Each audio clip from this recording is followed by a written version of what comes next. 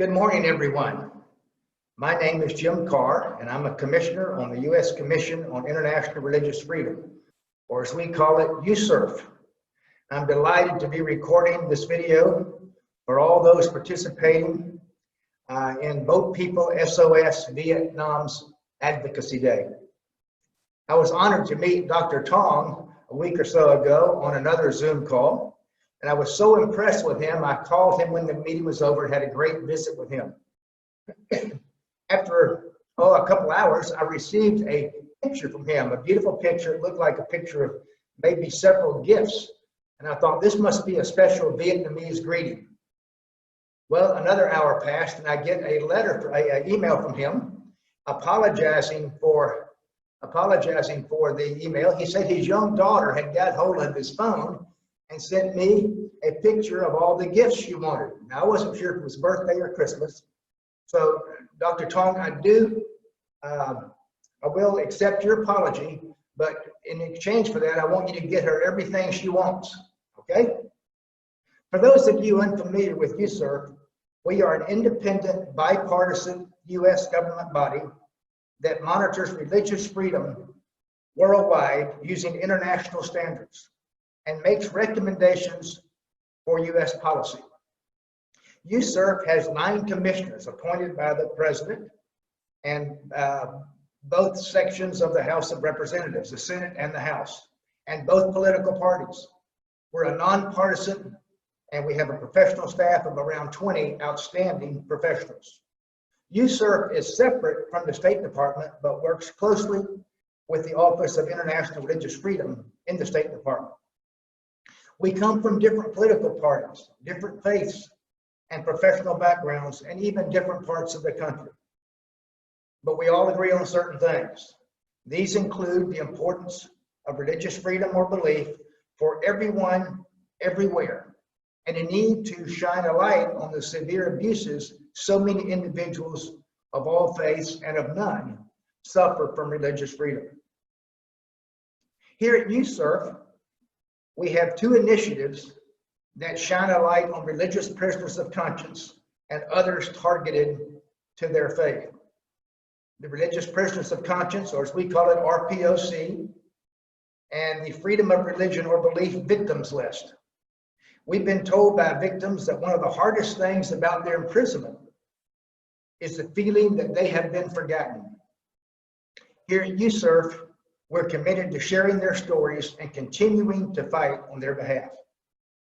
First, the RPOC project highlights individuals in a range of countries and from a range of faiths who have been imprisoned for exercising their religious freedom. USCIRF commissioners adopt specific prisoners and advocate for their release. USCIRF defines RPOCs as individuals who are imprisoned, detained, under house arrest, or disappeared for their religious beliefs or non-belief, or because they have advocated for freedom of religion or beliefs, or similar related rights. And we have to make sure they have not used any violence in this advocation. Commissioners publicly raise the cases of individuals that they have adopted, often on social media and in interviews with news outlets, when testifying before Congress and in other public remarks. Some advocacy remains private, however, often due to the sensitive nature of a certain case. Private forms of advocacy conducted by commissioners include letters and meetings with the U.S. government and foreign governments. Through USCIRF's Religion and Prisoners of Conscience project, commissioners have adopted 2 imprisoned individuals from Vietnam. My colleague, Vice Chair Anarima Bhargava, has adopted Nguyen Bach Trinh, a Wu-Hao Buddhist lawyer who has worked to assist prisoners of conscience and religious minority groups. Vietnamese authorities detained him in 2017, and on April 5th, 2018, imprisoned him and sentenced him to 11 years in prison on charges carrying out activities aimed at overthrowing the People's Administration. Our other ROPC is I. Dowell, a Protestant pastor of the Montyard Evangelical Church of Christ. Pastor I. Dowell was vocal in advocating on behalf of religious prisoners for his fellow church members in the Central Highlands. In 2016, he attended a Southeastern Asia Freedom of Belief Religion Conference in East Timor. Shortly after his return, regretfully, Vietnamese authorities detained him. On April 28, 2017, he was sentenced to 5 years in prison. He is expected to be released in August of 2021. I felt Pastor I. Dowell's plight and have decided to adopt him and advocate on his behalf. I'm hopeful that through our advocacy, Commissioner Bargava and I can raise awareness of the ongoing religious violations in Vietnam and highlight the cases of religious prisoners of conscience who are unjustly languishing in prison. USERF's second project is the Freedom of Religion or Beliefs Victim List, or as we call it, FORB Victims List.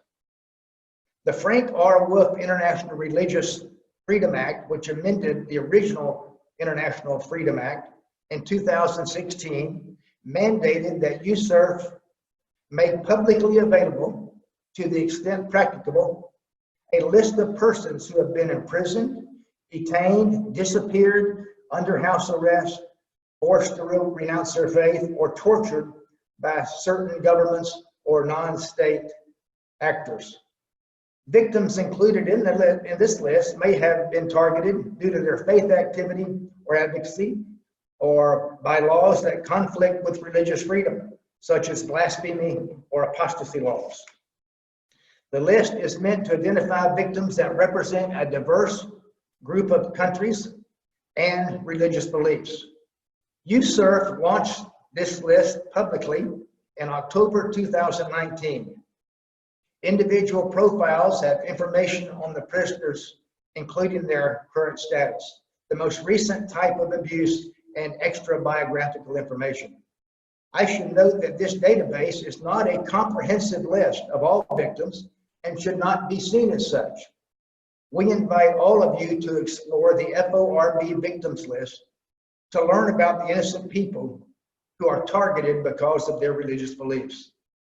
This database can be accessed at www.userf.gov/victims-list.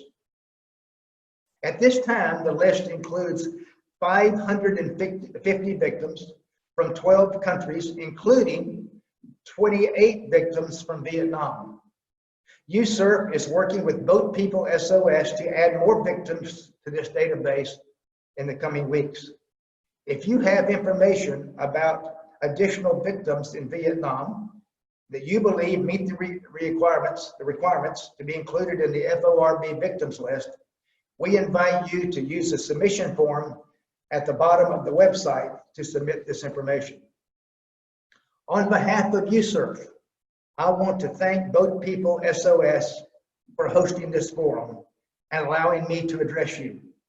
USERF greatly values our working relationship.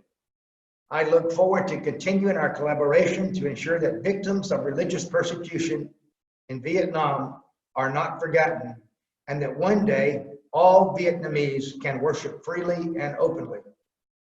Thank you for your outstanding work, and best wishes to each of you.